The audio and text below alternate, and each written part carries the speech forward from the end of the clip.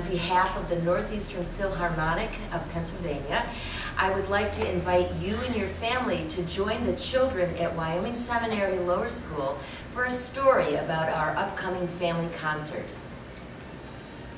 "Hurry up, children," urged their Aunt Nancy. "The concert starts at 2 o'clock. "Please don't make me go," moaned Stephen. "Orchestra music is so boring." "Well, I, for one, like orchestra music," responded his big sister in a not-so-understanding tone of voice. "It actually takes an intelligent person, which explains why you don't like it." "Does not, does to, does not, does to." "Stop it, children," said Aunt Nancy. "I think you both will be pleasantly surprised by the things you'll find at this year's Crescendo Family Concert. I'll tell you what. I'm so sure you will enjoy the concert that I promise to treat you to a double-dip ice cream cone at Hillside Farms if you don't wind up happy you came with me." "It's a deal," shouted Stephen. "I can already taste those chocolate sprinkles." "Don't be so sure of yourself," replied Aunt Nancy with a funny smile on her face. "You may just have to eat your own words." Just minutes later, Aunt Nancy guided the two children through the big golden doors in front of the magnificent Kirby Center. What better place is there to spend a Sunday afternoon than the Kirby Center, she asked no one in particular. But before she could even finish her own words, she heard Lisa shout in excitement, "Wow, that's incredible! I can't believe my own eyes!" Stretched out in front of them was the lobby of the Kirby Center, transformed into an enchanted forest, complete with trees, animals, and even a river. "I told you there would be a surprise or two in store for you," said Aunt Nancy. "You see, the theme for this year's concert centers around our planet Earth. As we travel through the Philharmonic story, we get to get to our seats, we can stop along the way to visit with friends who will give us tips on taking good care of the earth." "This is dumb," mumbled Stephen under his breath as he was being pulled along by his aunt and sister. Their first stop was to visit friends from the Everhart Museum. There they learned about the metamorphosis in the life cycle of a butterfly. While Lisa and her aunt were busy creating recycled paper butterflies, Stephen waited impatiently. "Come on," he said, "let's go sit down." "No way," answered Lisa enthusiastically. "The Philharmonic Forest is cool. There is so much here that I want to do." Their next stop was to visit friends from the Pennsylvania State Parks. Lisa and Aunt Nancy quickly became involved in activities about the water cycle, and they learned how to plant the seeds they were given as gifts. All the while, Stephen watched from a distance. Finally, he asked in a rather timid tone of voice, "Can I have a seed packet too?" "Oh, absolutely," they told him. "There's enough for everybody."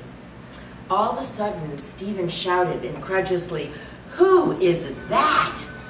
Right behind him was a woman dressed, you won't believe this, in garbage. "I am Mother Earth," said the woman with the strange clothing, "and I have been covered in garbage by my inhabitants. Please clean me up by bringing me ideas about how to save the earth." And as Mother Earth stood quietly talking with Stephen, children began to bring their ideas about protecting her. After hearing 2 or 3 good ideas, like not running water while you brush your teeth or turn off the lights when you leave a room, Stephen got up his courage to offer a suggestion of his own. "If everyone used cloth bags for groceries, we wouldn't need to use plastic bags, which are not biodegradable." "Excellent idea," said Mother Earth, smiling. "You can see that I'm already looking better." Sure enough, some of the plastic bags that were attached to her clothing had disappeared right after Stephen shared his great idea with her. Enthused by this, Stephen wanted to try again. "I know, fast food chains should find alternatives to styrofoam. Styrofoam isn't biodegradable either." He didn't see his Aunt Nancy off in a distance, smiling fondly at him and nodding her head. Meanwhile, Lisa was happily engaged in the Recycle Road Rally relay. "It doesn't get any better than this," she said with a contented sigh. "The River Walk board game was a blast, and my goodie bag is full of really cool presents. I love this place." When Lisa finished the road rally, Aunt Nancy decided that it was time to find their seats for the concert.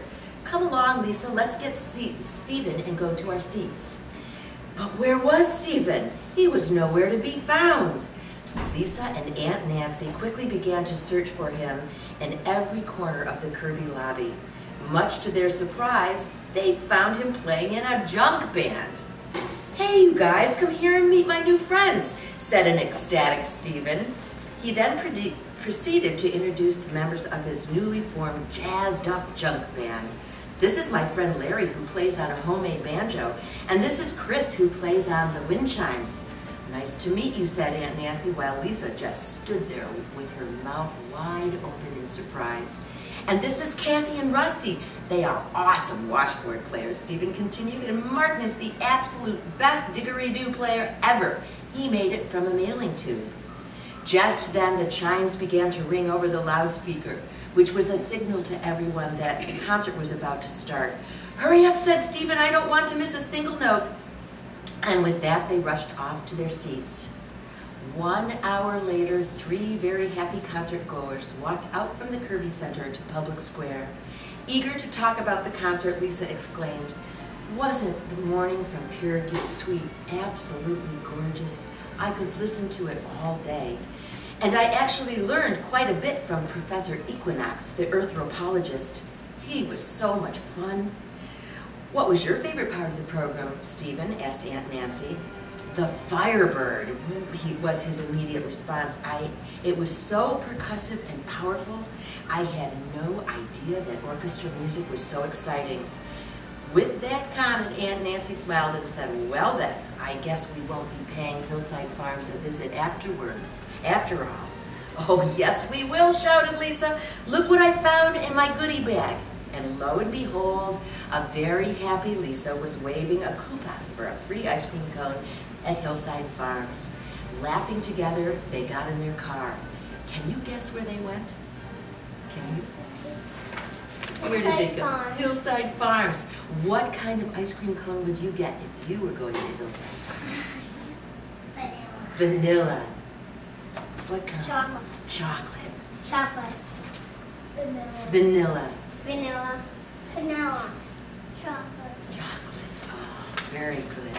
Well, if you go to the Family Concert Series on October 12th at 2 o'clock, you look in your goodie bag to find that coupon, okay? That's real? Yeah, that's real. Real.